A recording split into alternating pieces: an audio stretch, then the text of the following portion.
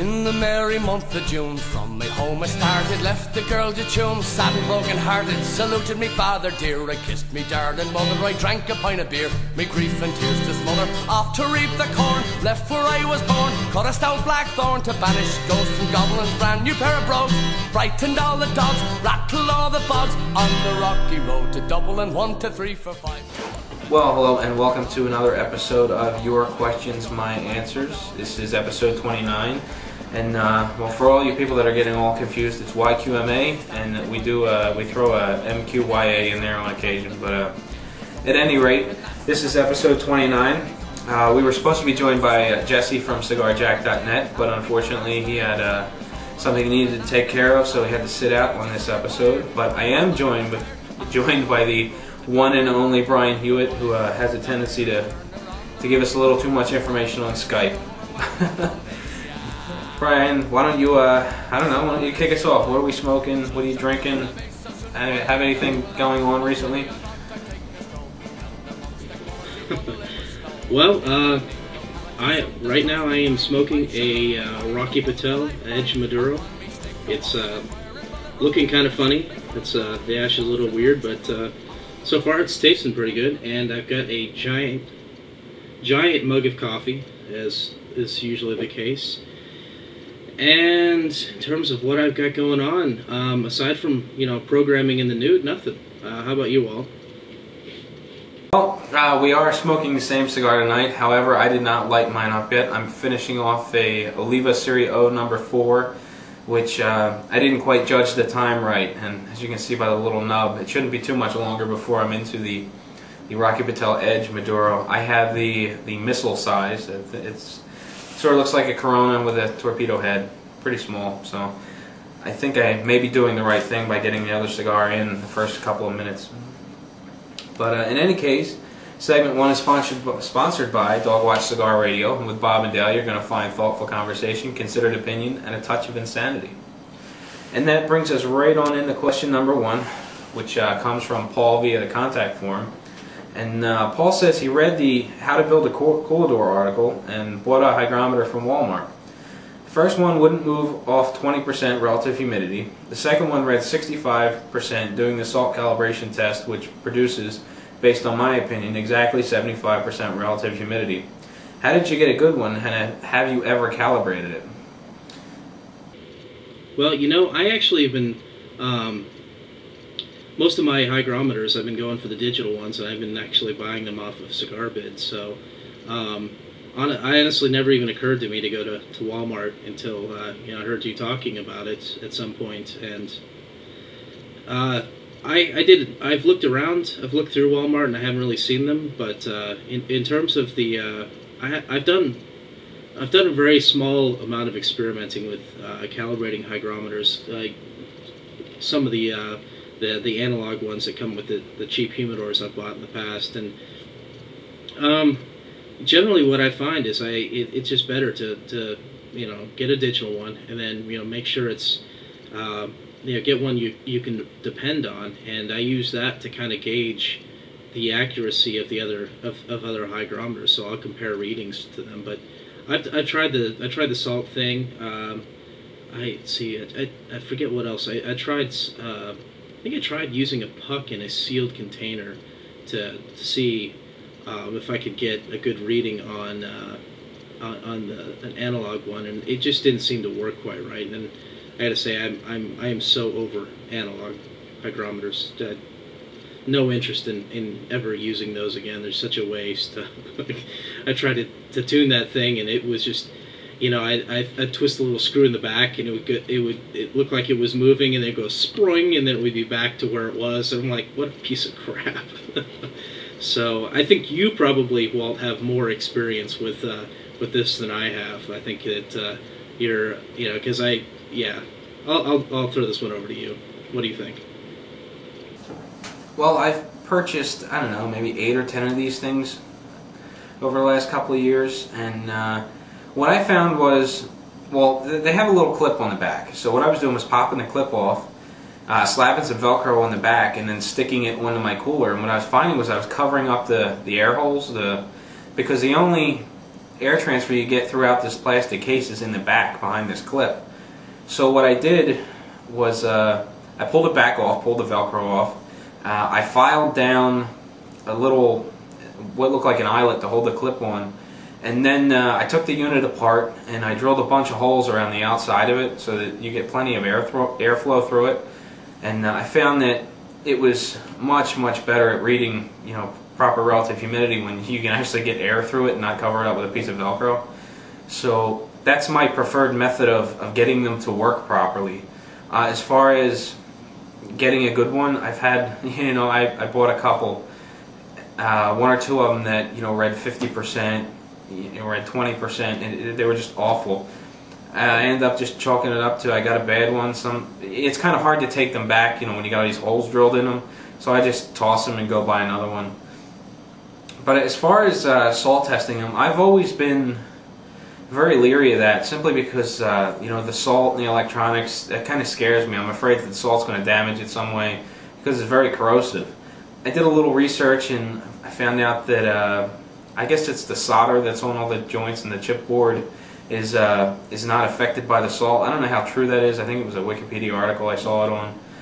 But I try to avoid salt testing them. If anything, I'll use a Boveda pack, one of those seasoning kits. Or, you know, because I use the beads and I trust them so much, I'll calibrate them by the beads. I'll just put them in a sealed container, which I know is supposed to read 70% or 65%, whichever I have. And then I'll jot down how much the hygrometer is off, and I'll go by that. But yeah, I mean, I guess you get what you pay for. For a $7 hygrometer, you know, you can expect to get some bum ones, and they take a little bit of work to make work properly. And you know, they're probably meant more for temperature and humidity ratings, you know, far down the list of things to do. But I've had decent luck with them for the most part. I mean, 6 out of 8 is not bad. But anyway, that's my whole experience with the Walmart hygrometers. So the lesson to learn, if you are asking advice from Walt, you better have a drill handy, probably a saw, and some duct tape. You know, the whole salt testing thing, you know, the idea sounds good, but it just sounds to me like it's so inexact that I was suspicious of the results I got when I tried it. So I just, you know, went with the digitals that I can trust, you know, and I pay more for them. I mean, I'm getting them off of Cigar Bit, so I'm not paying a lot more, but I am paying more than the Walmart ones. But for the most part, those have turned out to be okay. All right, Paul. So we hopefully you're all sorry we couldn't give you a whole lot more information other than it's kind of hit or miss with those. But best of luck to you. Hopefully you get one that's relatively close, and play around with the salt test. You know, too much salt, too much water, you know, can really throw the test and give you wacky results. But there you have it. So Brian, why don't you take us on into question number 2? All right. You know, I was just thinking, did we at the beginning put out our standard disclaimer that we reserve the right to be stupid? Because it just occurred to me that some of the people who do the salt testing a lot and who really vouch for it are going to think we're dumb. But, you know, anyway. Yeah, better late than never. We do reserve the right to be wrong here. So if you know, if we say something that's totally off base or you just don't agree with, shoot us an email or contact us in some way, shape, or form, and we'll do our best to correct it and you know, pass on correct information in the following show. Okay, well, with that out of the way, I guess I'll go ahead and hit question number 2 from Michael via the email. And he says, my cigars swelled. I couldn't figure out why my box-shaped cigars were rounding out. Then somebody told me because of too much humidity. I was averaging 65% to 85%, 68% humidity. Wow. I made mention of this to my local cigar shop, and he recommended that I place a shot glass of distilled water in my humidor because it's new. I upgraded to a bigger humidor since the last time he wrote us, and he needed to raise the humidity. I did it. Next thing I know, I have an average between 73% and 74%, and I noticed my cigars are losing their shape. Then I was told that it was because of too much humidity or raised it too fast.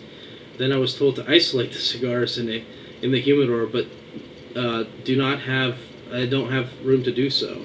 Next, I was told to put them in a Ziploc bag to revive them. How can I save my cigars, and will I lose taste and quality of the cigars? Help, please. So this poor guy has been told everything under the sun. What do you have to add to that, Walt?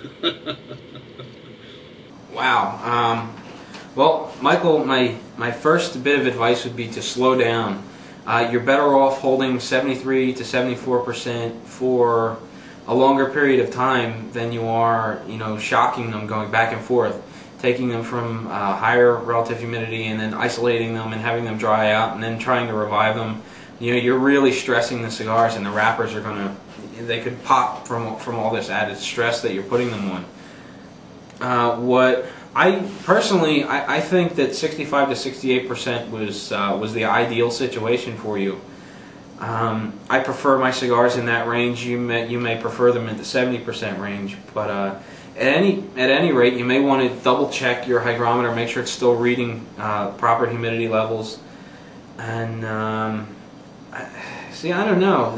Adding the distilled water to a humidor that you've already seasoned is just going to add extra humidity. The wood's going to suck up all that extra moisture, and it's going to be very difficult to get it back down without shocking the cigars. The only way to really dry it out would be to kind of open the lid and just let it sit and let it air out a little bit.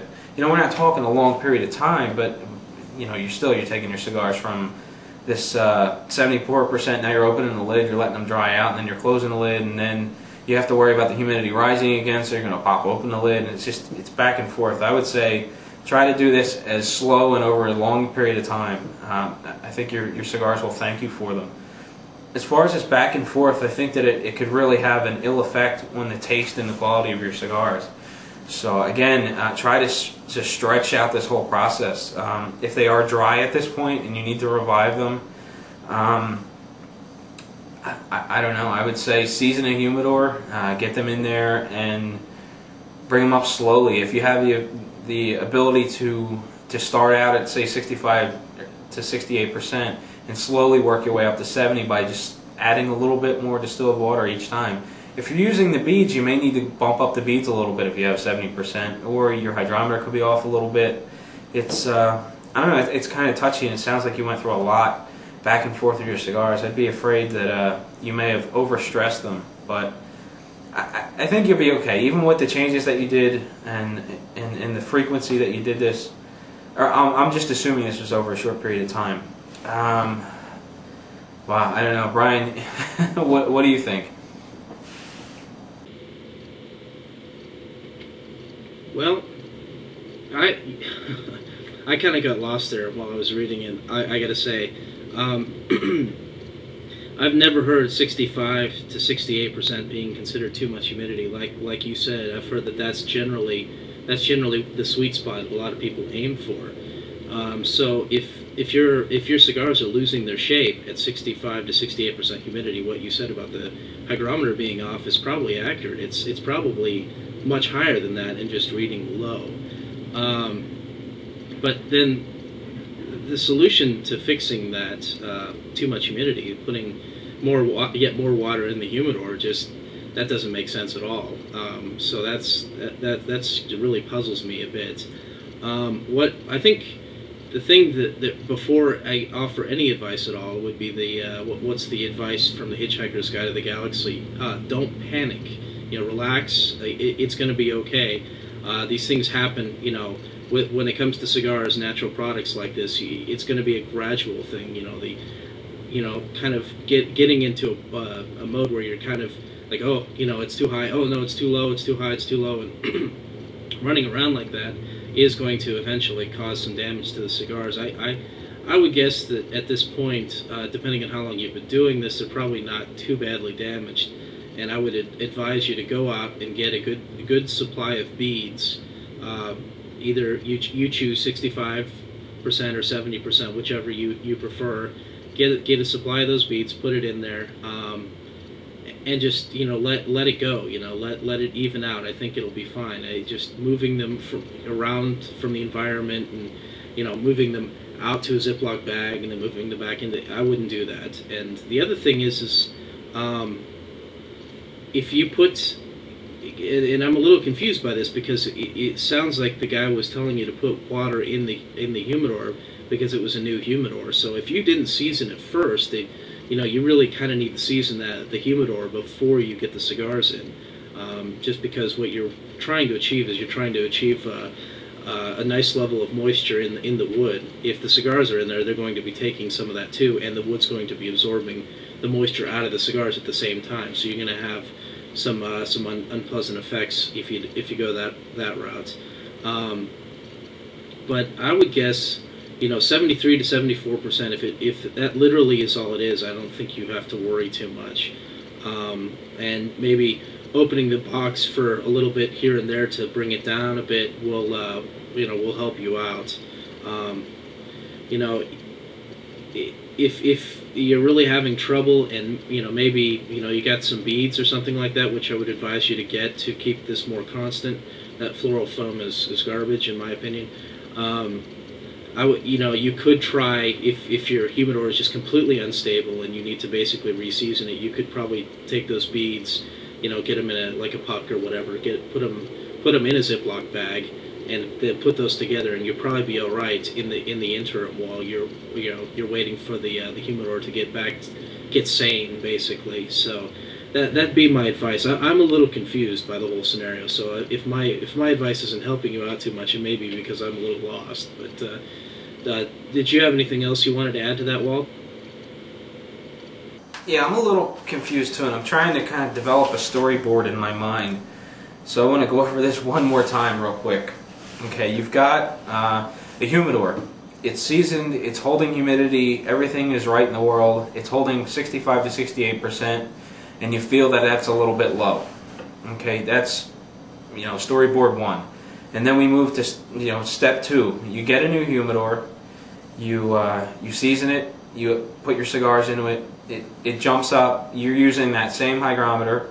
It goes from 65 to 68 from your old humidor to 73 to 74 in your new humidor. And now your cigars are a little wet, and now they're beginning to lose shape.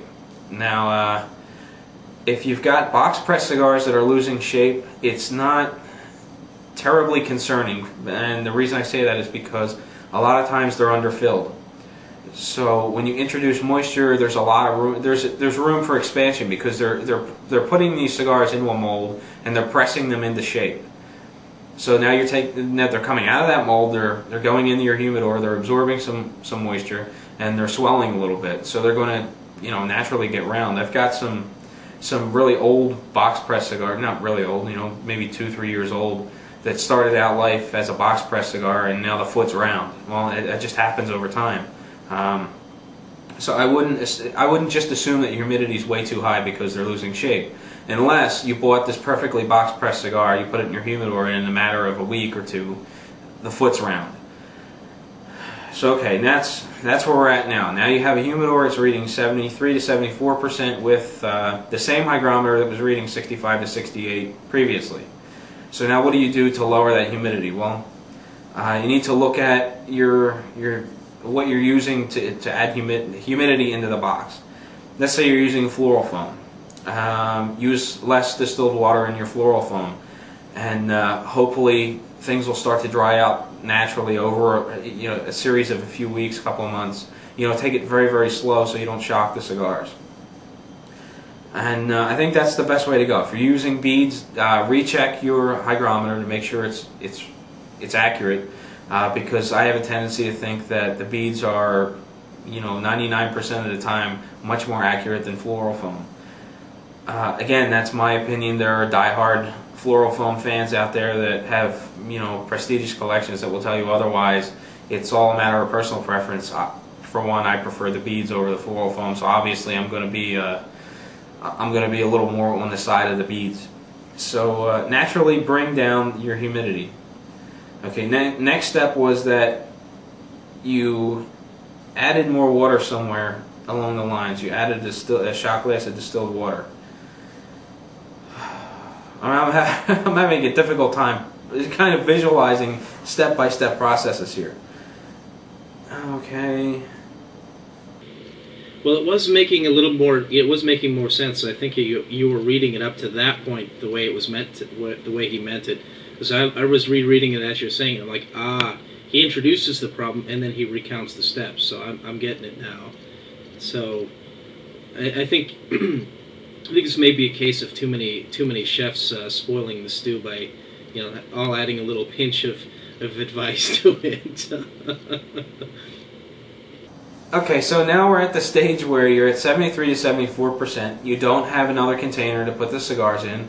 I guess you got rid of the old humidor that was too small. Either that, or it's too small to house all the cigars that you have now.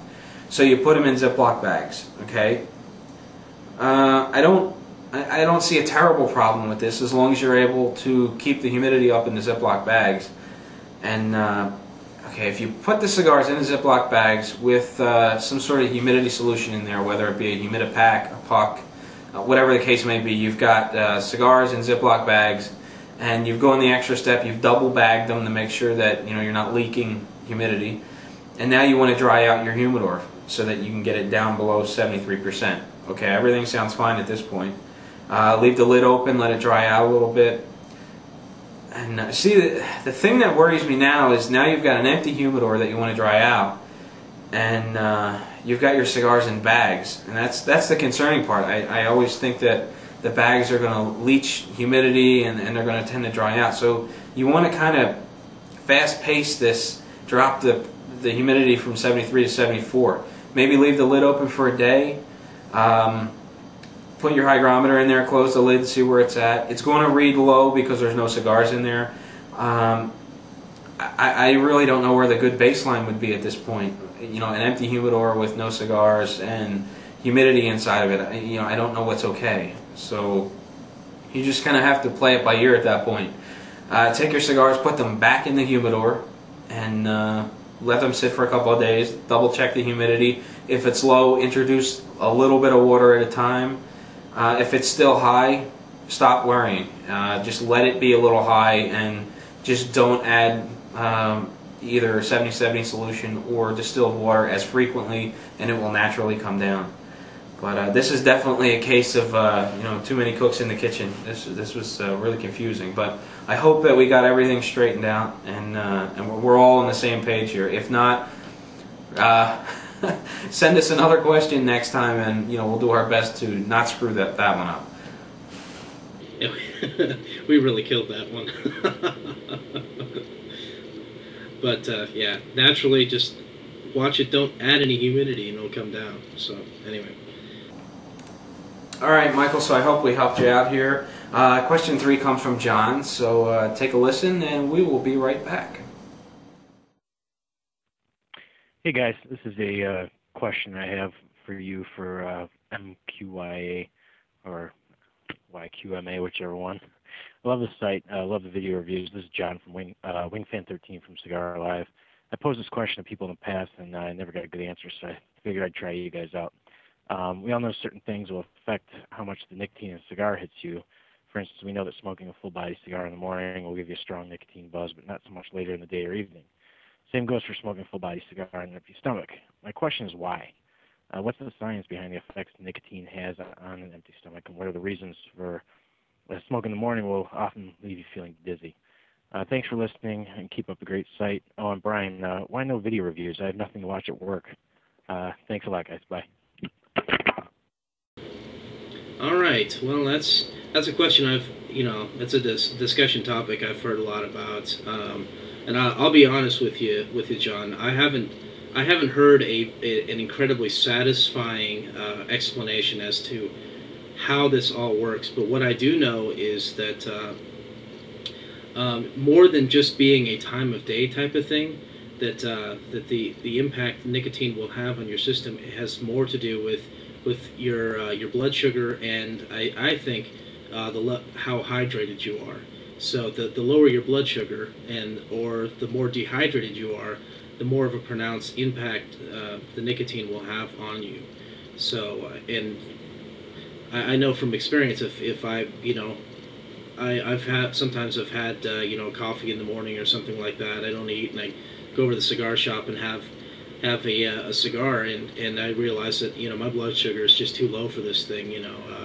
And so if I pop like a mint or something like that, something, you know, a little bit of sugar, or go eat it, you know, whatever kind of an impact it's having on me will go away very quickly. So so more than the time of day, I think, because I've smoked my share of, you know, really full-bodied smokes in the morning without any problem. You know, I do it along with coffee, and the coffee has a little bit of sugar in it, so I don't have any issues. So yeah, it's just a matter of making sure you keep your blood sugar up. Do you have anything else you want to add to that, Walt? All right, Brian. I think you're onto something with the blood sugar level. I didn't get the opportunity to research this as much as I would have liked. The research I did do was mostly pertaining to cigarettes because, you know, that's where the focus seems to be. And from what I understand, when you light up a cigarette in the morning, your blood sugar is low. Obviously, you haven't eaten throughout the night, so your blood sugar begins to drop. And the first thing in the morning, whether it be cigar or cigarette, in the case of the research that I've done, you know, you light up a cigarette, the nicotine is absorbed in your body incredibly fast, at just an incredible rate. Now, I think with cigars it's going to be less because you don't have the stuff in your lungs and all other stuff, but you're still going to get it in your bloodstream because it's in your mouth and whatnot.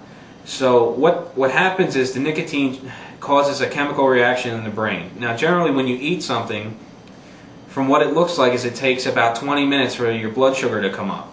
And when you light up a cigarette or a cigar and you get nicotine in your system, there's a chemical reaction in your brain, and it just produces blood sugar at a rapid rate.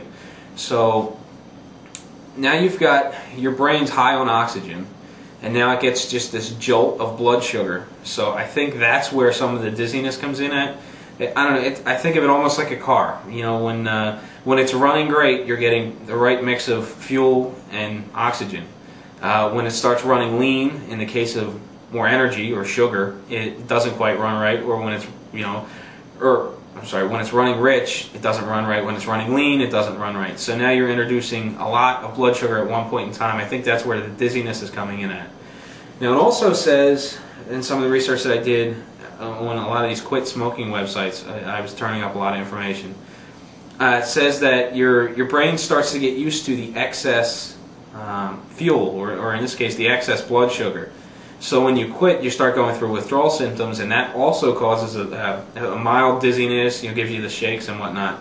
So I don't know that directly relates to the cigar question, but I think it has a lot to do with the blood sugar and the shock of excess blood sugar right away due to the chemical reaction of the nicotine and what your body's doing to compensate for the oxygen loss and everything else that's going on. I think that plays a direct role, because I've never gotten that nicotine buzz later in the day. After breakfast or lunch or whatever the case may be, your blood sugar's already where it's supposed to be. So I haven't experienced any of that dizziness. It's always been earlier on in the morning when I smoke a cigar that's a little more full-bodied than I should be smoking in the morning. So, and in any case, I think it directly relates to the blood sugar. The hydration issue probably plays a big part on it too. But I think it's primarily the whole blood sugar thing that's going on. And if there's a doctor in the house, I know there are a couple that check out the site. I'd really appreciate some more insight to that, because a lot of the research that I read is kind of one-sided. They make it out to be really, really bad because it's against cigarettes, and it doesn't pertain to cigars. It's not isolated mainly to cigars. It's all cigarette kind of research, and that's just what I came up with. Sorry I couldn't provide more information. I just didn't have the time to research it in depth. I was only able to read like 5 or 6 articles, and they all pretty much said the same thing. But anyway, that's my whole take on it. I think it's a blood sugar issue. Well, that's interesting. So what you were reading makes it sound like actually the chemical reaction of the nicotine causes a spike in blood sugar. Because what I've always been told, and what I've found to be the truth is, or found to be, found to work anyway, is if you're starting to get any kind of adverse effects from the nicotine from a strong cigar. If you pop a candy or something, then or a sugar cube or something like that, it'll go away. But I've also heard other people say, coffee or caffeine helps. I've also heard people. I was also told to make sure you drink plenty of water beforehand. So I think those, blood sugars definitely seems to play a key part. What it does, I'm still unclear. I'm a bit confused, because clearly taking some more candy, or getting some more blood sugar in your bloodstream would seem like it would make the effect worse instead of better, like it does. So I don't know. Yeah, is there a doctor in the house? I'm done. I got nothing else except more confusion to offer people at this point. See, that's an interesting point too, because I've always heard that if you're starting to feel nauseous or whatever, or nauseated or whatnot, to pop a piece of hard candy or drink some soda or something like that to get some sugar in your system, because it helps your body. What's the word I'm looking for? It just helps your body. Wow. Yes, that's it. Metabolize the nicotine. But yeah, that's kind of opposite of what's the case or what I've read. So I don't know. You know what? I really don't know. Maybe it's maybe the sugar helps with that chemical reaction that's going on, where you're getting excess blood sugar, and maybe the actual sugar helps settle things out. I really don't know. The coffee makes sense, and the caffeine makes sense because it's a diuretic. It's going to dehydrate you a little bit. I don't know that's necessarily going to bring your blood sugar down. Again, I'm not a doctor, and I have no idea what's going on when you drink coffee. But it is a diuretic. It dries you out a little bit, and I don't know. I mean, in a sense that it's a chemical reaction in the brain. The coffee makes sense to help dry you out as a diuretic, and that I don't know. I'm even more confused than I was before I even started answering the question. With that said, John, I really hope that we help spark a thought, and maybe we can, I don't know, help you understand this a little better. Well, it sounds like the answer is a resounding "we're not sure," and things seem to contradict themselves. So we'll hope that we have a doctor in the audience. So speaking of cigars, and well, we're always speaking of cigars. How is your cigar doing, Walt? Well, I just finished the Oliva Serie O a couple of minutes ago, and I lit up the Rocky Patel Edge Maduro during that last question from John. And so far, it's doing very well. I really like the initial flavor. I don't really care for these cigars. The only ones I've ever smoked were relatively new, the ones that I bought from the local smoke shop. This particular cigar I got at a Rocky Patel event in Exton probably about a year ago. So this one's been sitting around for a little while. It's got a chance to really mellow out and do all that good stuff that aging does. And it seems to have made a huge difference. The cigar tastes a whole lot better. I remember not liking these because they had bite to them. They were just rough, and they just didn't taste refined. But so far, this one tastes pretty good after sitting for quite a while. What about yours? Well, I'm probably not. I'm probably getting close to halfway through it. It's had a bit of a very unusual looking burn. It's a little chaotic, but I mean right now it's straight as an arrow, so it's cool. Yeah, I know what you're saying. It is kind of a rough and tumble. Sorry, apparently there's an emergency outside my condo, but I know what you're saying about the rough and tumble nature of the flavor.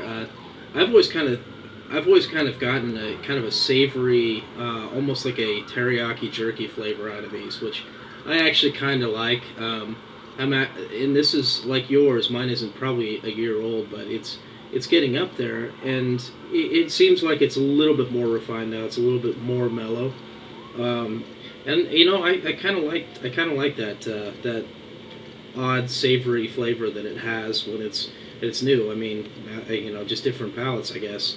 Not a bad cigar. I